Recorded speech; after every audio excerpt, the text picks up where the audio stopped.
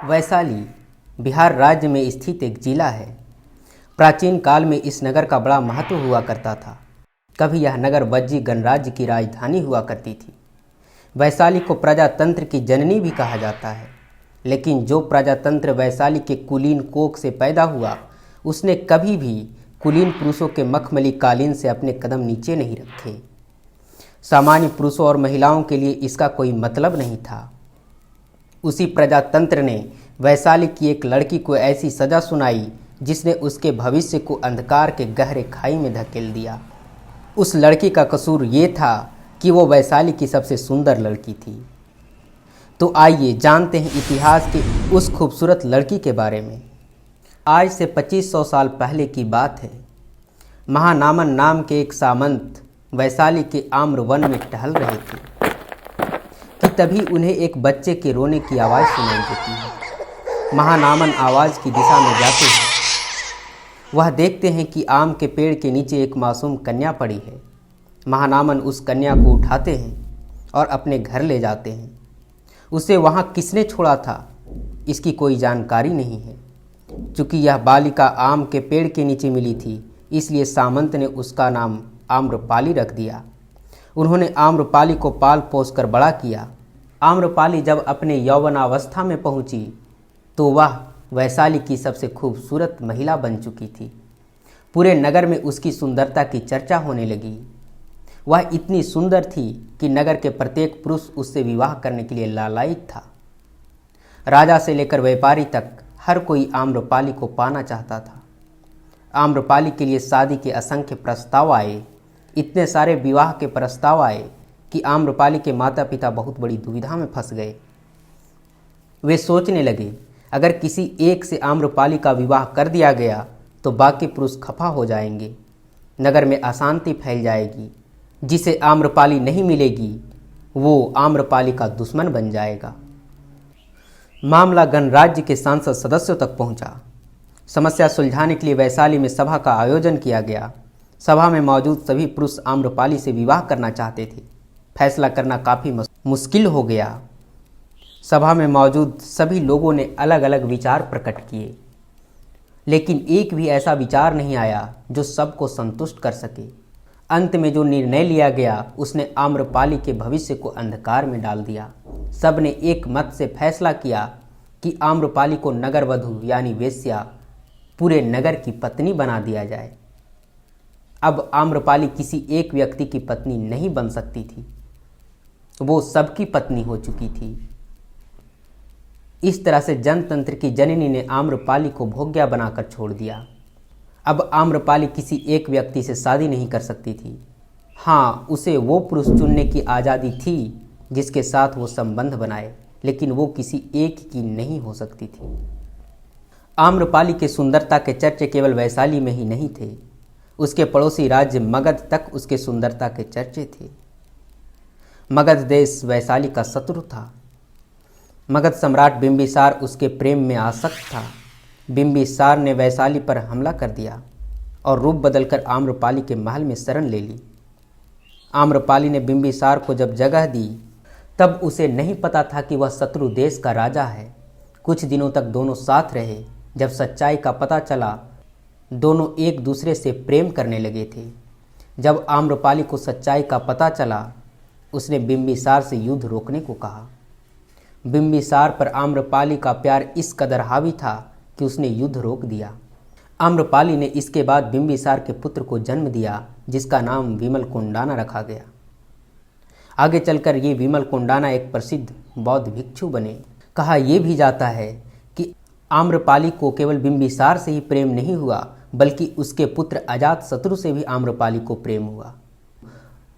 बिंबिसार की हत्या करके जब अजातशत्रु मगध का शासक बनता है तो वो वैशाली पे हमला कर देता है। चूँकि वैशाली और मगध में पूर्व से ही शत्रुता थी, तो जो भी राजा बनता था वो वैशाली पे हमला करता था, वैशाली को मगध में मिलाने की कोशिश करता था। अजातशत्रु ने भी वही किया। युद्ध के कारण वैशाली को बहुत ज़्यादा नुकसान झेलना पड़ा। अजातशत्रु युद्ध में हुए नुकसान का जायजा लेने जब वैशाली पहुंचा, वहां घूमते हुए उसकी मुलाकात आम्रपाली से हुई। आम्रपाली को देखते ही अजातशत्रु उसके प्रेम में पड़ गया। आम्रपाली भी अजातशत्रु को पसंद करने लगी। आम्रपाली को ये नहीं पता था कि वह बिंबिसार का बेटा है और ना ही उसे ये पता था कि अजातशत्रु ने ही बिंबिसार की हत्या की है। जब अजातशत्रु और आम्रपाली के बीच प्रेम की जानकारी वैशाली के लोगों को हुई तो आम्रपाली को जेल में डाल दिया गया। जब ये बात अजातशत्रु को पता चली तो क्रुद्ध होकर उसने बदला लेने के लिए वैशाली पर आक्रमण कर दिया। पूरे नगर में आग लगा दी, वैशाली में कोहराम मचा दिया। जब आम्रपाली को ये बात पता चली तो वह बहुत नाराज हो गई। उसने अजातशत्रु से हमेशा हमेशा के लिए सारे नाते तोड़ लिए। जिस आम्रपाली पर बड़े बड़े व्यापारी और राजकुमार मोहित हो गए थे, वो आम्रपाली एक बौद्ध भिक्षु पर मोहित हो गई। गौतम बुद्ध अपने शिष्यों के साथ वैशाली आए हुए थे। उनके शिष्य भिक्षुक भिक्षा मांगने नगर में निकले हुए थे। एक भिक्षुक आम्रपाली के महल के द्वार पर भिक्षा मांगने चला गया। उस समय आम्रपाली आराम कर रही थी। उस भिक्षुक को ये नहीं पता था कि यह महल राज्य नृत्यांगना आम्रपाली का है। क्योंकि वैशाली के स्थानीय भिक्षुक आम्रपाली को घृणा की दृष्टि से देखते थे। आम्रपाली जब भिक्षा देने दरवाजे पर आती है, वह उस भिक्षुक को देखते रह जाती है। उस भिक्षुक के लिए आम्रपाली के मन में प्रेम उमड़ पड़ता है। भिक्षा देने के बाद आम्रपाली उस भिक्षुक को भोजन के लिए आमंत्रित करती है।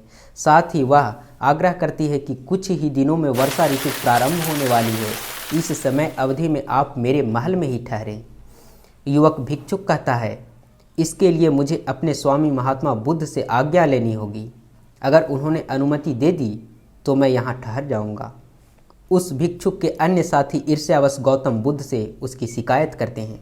महात्मा बुद्ध ने अन्य शिष्यों से कहा, वह अभी वहाँ ठहरा नहीं है, उसे ठहरने के लिए मेरी अनुमति लेनी होगी, और वैसे भी बिना मेरी अनुमति के वह वहाँ नहीं रुकेगा। आम्रपाली के द्वार पर भिक्षा मांगने गया भिक्षुक लौटते ही महात्मा बुद्ध के पैर छुए, सारा वृत्तांत सुनाया। महात्मा बुद्ध ने भिक्षुक से कहा, तुम आम्रपाली के महल में रुक सकते हो। गौतम बुद्ध के इस निर्णय से अन्य भिक्षुक हैरान रह गए। उनके लिए यह यकीन करना मुश्किल हो रहा था कि बुद्ध इस तरह का निर्णय कैसे ले सकते हैं। बुद्ध से आज्ञा लेकर वह भिक्षुक आम्रपाली के महल में 4 महीने के लिए रहने चला गया। बुद्ध ने अन्य भिक्षुओं को आदेश दिया कि तुम लोग अपनी दिनचर्या का पालन करो। मुझे उस पर पूरा विश्वास है कि अब उसके मन में कोई इच्छा नहीं है। बुद्ध ने अन्य शिष्यों की आशंका दूर करने के लिए कहा, यदि उसे वहाँ पर रहने के लिए अनुमति नहीं दी जाती तो उसे आघात पहुँचता, क्योंकि उसका मन निर्मल है। मुझे पूरा विश्वास है कि वह आम्रपाली से बिल्कुल भी प्रभावित नहीं होगा। गौतम बुद्ध ने और कहा, यदि उसकी आध्यात्मिकता में बल है तो वह आम्रपाली को अपनी ओर आकर्षित करेगा, और नहीं तो फिर आम्रपाली उसे अपनी ओर। बुद्ध ने कहा, जहाँ तक मेरी जानकारी है उसका धम्म अटल है और वह आम्रपाली के सामने समर्पण नहीं करेगा। उन्होंने यह भी कहा कि एक भिक्षु के लिए यह परीक्षा की घड़ी है। इसी से यह परख होगी कि वह कितना अटल रह सकता है। हम सबको 4 महीने का इंतजार करना चाहिए। मुझे पूरा भरोसा है कि वह लौट आएगा। 4 महीने बाद उस बौद्ध भिक्षु के पीछे पीछे आम्रपाली भी आई और बुद्ध के चरणों में गिर पड़ी। आम्रपाली ने कहा, मैं आपके बौद्ध भिक्षु को मोहित नहीं कर पाई, लेकिन उसकी आध्यात्मिकता ने मुझे उन्हीं की राह पर चलने को विवश कर दिया है। यह सुनकर सभी हैरान थे। आम्रपाली ने गौतम बुद्ध से भिक्षुनी संघ में शामिल होने की आज्ञा मांगी। बुद्ध के आज्ञा के बाद वो बौद्ध भिक्षुनी बन गई। उसने अपने समस्त धन दौलत बौद्ध संघ को दान कर दिए। उसका महल बौद्ध भिक्षुओं के ठहरने का स्थान बन गया। तो ये था वैशाली की प्रसिद्ध राज नृत्यांगना आम्रपाली की कहानी। ये कहानी आपको कैसी लगी कमेंट करके बताएं। अच्छी लगी हो तो इसे ज़्यादा से ज़्यादा शेयर कर दें।